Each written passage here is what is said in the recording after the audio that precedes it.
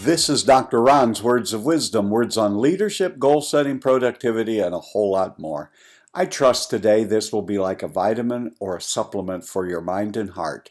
And wherever you receive podcasts from, would you please subscribe to Dr. Ron's Words of Wisdom?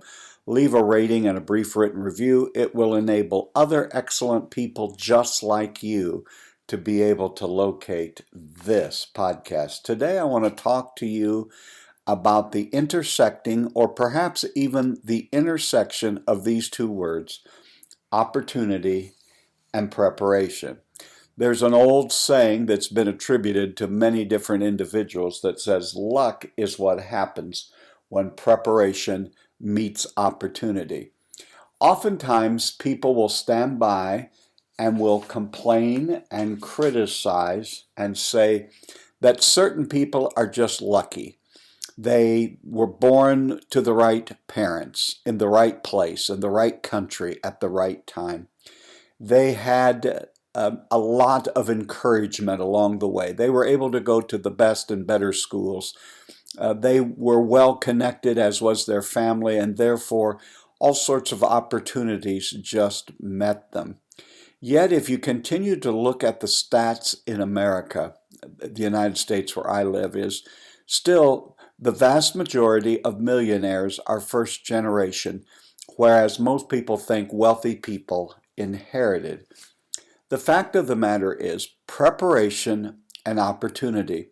There are lots of times that people, because of lack of preparation, lack of self-discipline, lack of motivation, and lack of working on themselves, don't even recognize an opportunity when it presents itself, or are not in a position to seize the opportunity when it comes.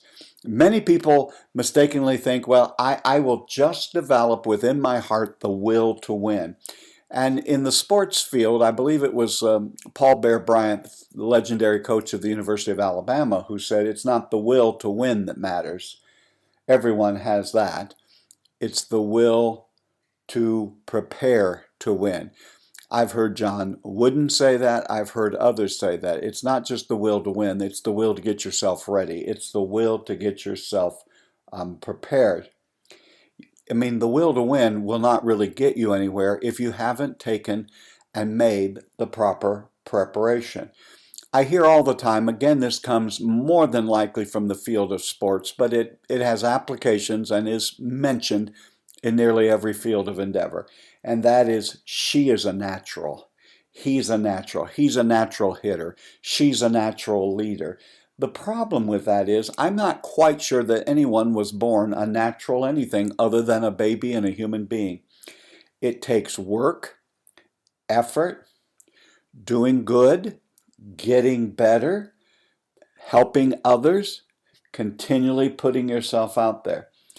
The opposite of what we're saying is also true. By failing to prepare, you really are just preparing yourself for failure. You have to get prepared.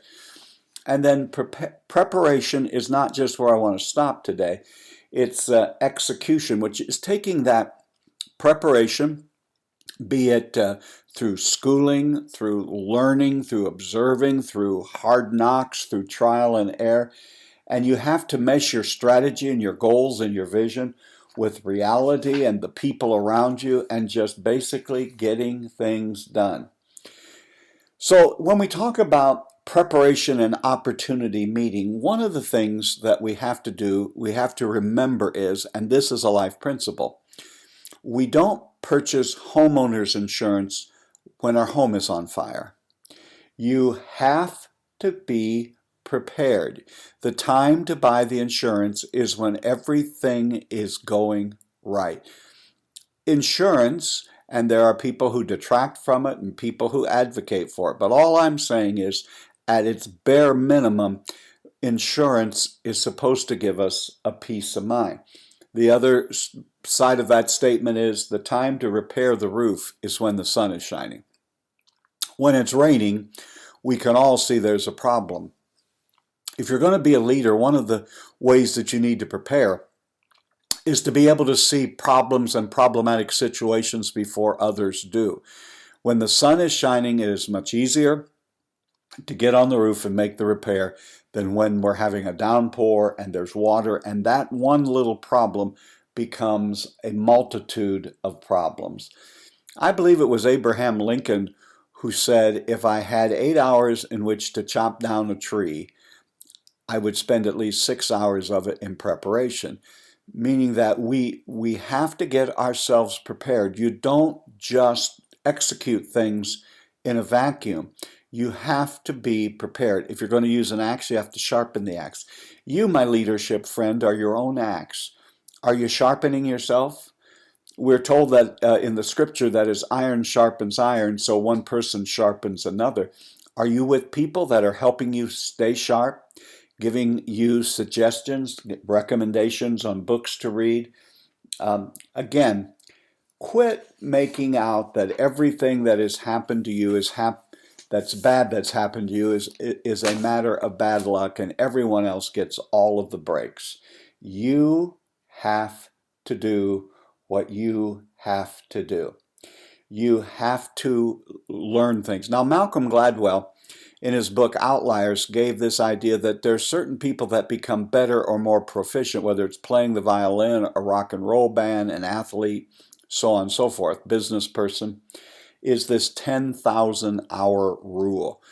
Well, when we read that, we all get a little overwhelmed because there are not too many things in our lives for which any of us could dedicate 10,000 hours of our lives.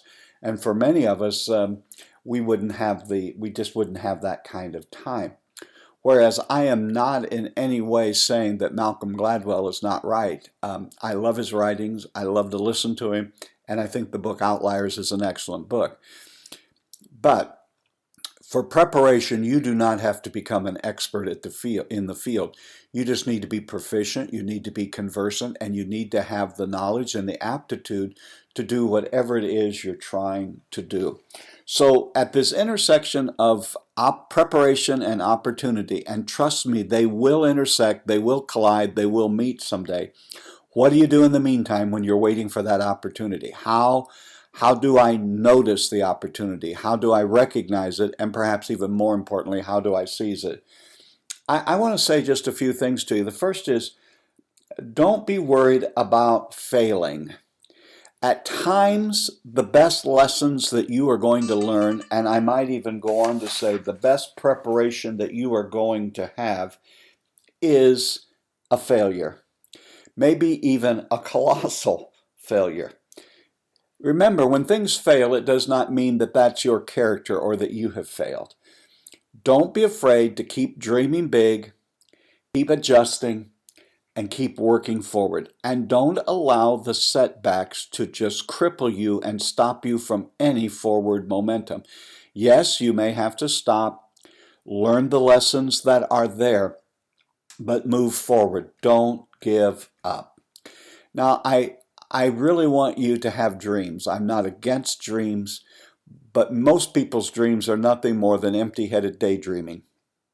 They really are just wishful thinking, because dreams without goals really are nothing more than daydreams.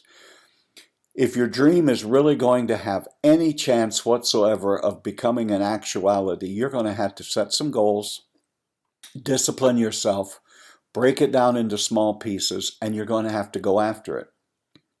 A lot of people allow their head to be filled with all kinds of dreams, but their hands and feet never follow. They never write anything down. They never make any plans. You can't do everything, but you can do something. So don't just daydream. If you have a dream and you believe it's on your heart and it's what you're supposed to do, then write down the goals and get working on it. I talk a lot on Dr. Ron's Words of Wisdom about goals, achieving goals, setting goals. But you must understand before you even get off the launching pad of goal setting. And if you want to come to the intersection of preparation and opportunity, you're going to have discipline and consistency. As a matter of fact, if you have agreed to do something, that also means you have agreed that there are several things you're not going to do. You're going to move ahead. You're going to do this that you have in your heart and your life, and it requires discipline. I am a believer that you can move your life forward in absolutely exponential and in quite amazing ways, not by just doing big actions once in a while, but by taking small, incremental, consistent actions. And with the lever of time, you will move so far, you will utterly be amazed. You may not see much happening today, tomorrow, or the next day, but given enough time, it is really unbelievable what can happen. But it's going to require you to be disciplined, and it's going to require you to be consistent day in and day out. Doesn't mean you aren't going to have a bad day. Doesn't mean that you're not going to have days when you get off track. You're going to get ill. You're going to have unexpected crises at work, at home that you have to attend to, and you may have to set the things that you're working on aside for a while. But don't set them aside forever. Go back to them. I think this next one goes without saying, but how you arrive at the intersection of preparation and opportunity is that hard work pays off. Don't let anybody tell you any differently. Now, I'm not talking working 18, 20 hours a day, 7 days a week, the rest of your life. But I am saying that when you go to work, work. When you play, play. And there is no other way around it. Most good things in life have to be accomplished via the vehicle of work. And you're just going to have to. Now, regardless of where you are today, you may be discouraged. You may have tried some things and they didn't work out, and nothing seems to be fitting quite the way you thought. The dreams don't seem to be happening. The goals don't seem to be making. Here's what I want to say to you. Do not quit. It is absolutely, positively too soon to quit. I know you're discouraged. You may need to go talk to someone, but don't quit. Don't back off. Don't compromise. Now, if you've seen that there's something else that you need to go for, that perhaps now that you're into this, what you thought you wanted to do or what you thought you were being led to do is really not what you want to do, it's okay to change, but you can't change every other week or every other month. And you can't change and stop and quit at the first sign of opposition, hardship, and things not working out. Don't quit. Keep moving on. Now, I've talked a lot about being focused on what you want to do and what you believe your goals are and what you believe you're supposed to be doing. But one of the ways that I believe you'll get to the intersection of preparation and opportunity faster than you could ever imagine is if you just decide, I'm going to not just look out for number one, but I'm going to help others. I'm going to help others meet their goals. I'm going to be a source of encouragement. And if I can lend a hand, give some expertise, some coaching, some prayer, some support, some atta-girl, atta-boy, the true joy in life doesn't just come from living a self-absorbed life and doing all of the things that you imagined that you were going to do. There's a great joy, an unbelievable joy that comes when you help others. And it just seems to me that one of the streetcars that will stop often at the intersection of preparation and opportunity is the streetcar that says, I helped others, not expecting to get something out of it, but because it was the right thing to do. Don't just be inspired by making money or making a living. Be inspired by making a difference, by being a help, by being an encouragement, by being someone somewhere's cheerleader. Someone today is discouraged. One of the greatest ways to get out of being sad and discouraged isn't just sitting around continually being sad and discouraged. It's getting up and start taking some positive actions and start being a blessing and an encouragement and a strength to someone else. Yes, we all need to make a living. Yes, we all need to make money. Yes, bills take money. Raising children takes money. Making a mortgage payment costs money. I get it. I understand it. I live there. But you cannot make that the sole focus of your life. Cannot be, I have to make a living. I have to get what's mine. I believe if you make your life's work to be a service to others, to be an encouragement to others, to do the right things, and to continue to try to be the best you that you can be, I believe you will make a living, and you'll make a fairly decent living at it. But don't just settle to make that the only goal and the only thing you're really trying to do. As a matter of fact, in these last few moments, I would like to tell you how I think you will arrive at the intersection of what have I done, the opportunities, the productivity, all of the things, the preparation is just make sure that every day you get out of bed, you are going to be inspired to make a difference.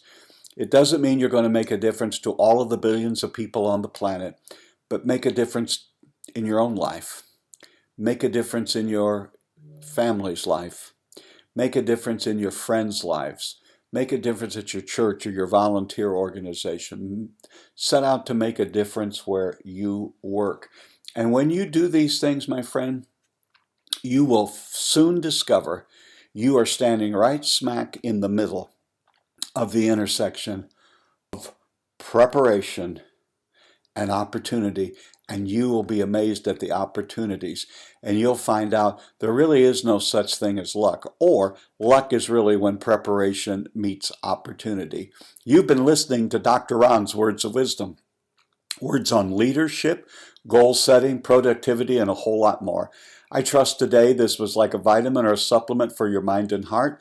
And wherever you receive podcasts from, would you please subscribe to Dr. Ron's Words of Wisdom, leave a rating and a brief written review. It will enable other excellent people just like you to locate this podcast. Please remember, my leadership friend, it is so true. You are doing better than you think you are. You really, truly are. And until next time, this is Dr. Ron saying, have a great and blessed day.